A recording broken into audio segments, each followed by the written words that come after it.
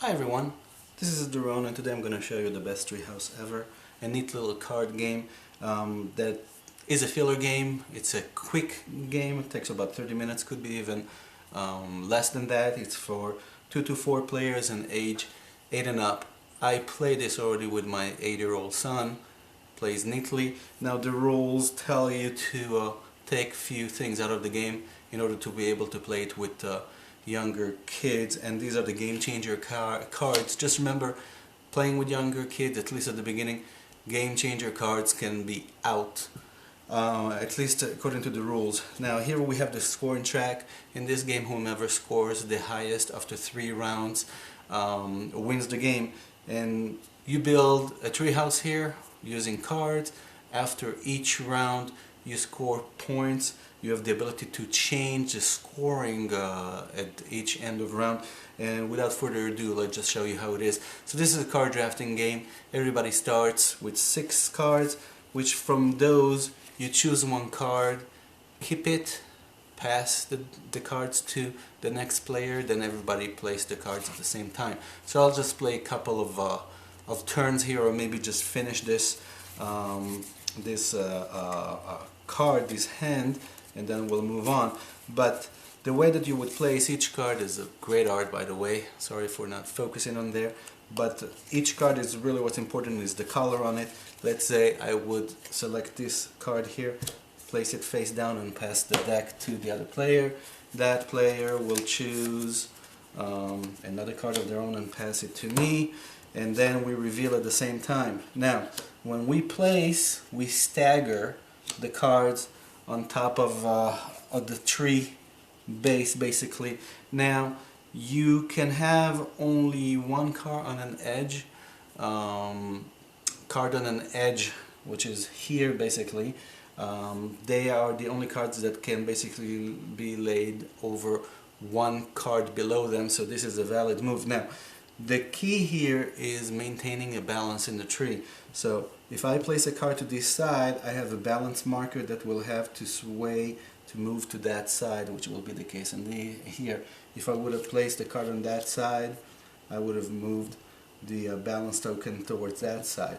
Now what does that mean is that on my following turn, I cannot place any other cards on this side, because then it will impact the balance of the tree.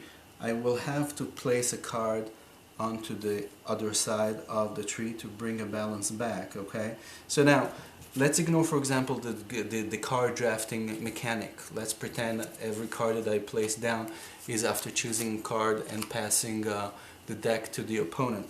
So now let's pretend that I've chosen this card, which is a lemonade stand. Again, cute art. This brings back the balance here. Now I have 2 options to put the cards. I have a new level of cards where I can put, I believe, 3 cards on, and I can place one here, one here, one here. If I place any card in the middle, it does not sway the token anywhere. Now let's say I would like to place this green card onto my tree, build it, add it to the build. Now I already have a green card. The key here, once you place a certain card, the first card a certain color, any following card of that color have to touch that same card. Okay, so I can place this guy here, or can place it here. The problem is, if at any point you end up blocking yourself, you cannot use more cards of that same color. And that's it basically. So now we can keep on playing. We can place this guy there, and again, I'm not moving the balance token, but I assume you got the idea. You know what, let's just move it. Let's just do it. I place this guy here. My balance token moves this way. Then I will place this one. Nothing happened. We are in balance since this is a card in the middle. I'm going to place this card here. The balance token will come back to the middle. Now I can no longer expand the level 2. With future rounds I can keep on building on top, and there's, I believe, total of 6 levels. Now the round is over once you have 1 card left in your hand, which you discard. Now the scoring comes in play, but before you actually score, in a 3 to 4 player, you have what's called the game changer cards. In a 2-player, you do have game changer cards, but there's only these two. These two, basically, what you do with a game changer card on your turn, you pick up, not on your turn, depends on a certain condition. It's usually a person who already leads in the in scoring, but in the first turn is the I believe it's the oldest person, or the person who went first, whatever that is. It's in the rules. You take one card and you go first, and you basically block the scoring for a certain color. So this player here might want to block the scoring for a green card. It would put it here, and then I would not score anything for it. Same I would do for this guy, and obviously I didn't build anything for that opponent, then I cannot really effectively give an example. Now in a higher player count, what you would do, aside from these cards, there's other cards that you can choose. For example, this round, the player with the most of this room type scores 1 point per room of this type in their treehouse. So if I have 3 green cards, I can take this one. Let's see. I guess I can put this guy on there, right? This round, the player with the most of this room type scores per room of this. Yeah, okay, so I can place this guy, and that way I will score extra points for this green card. Now, after everybody's done this, you score accordingly. For example, this one, this round, each player scores 1 point per outdoor room in their treehouse. So I have 3, I will score 3, and so on. That's the very simple scoring mechanic. At the end of the game, there's also an end of a game condition. Whomever has the most of a certain color also gain points.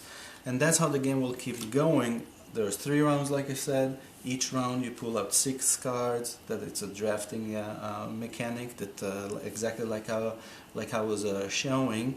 But from the second and the third, and on the third round, the person with the highest score is the one who gets to choose a card, a game-changing card first, and place that.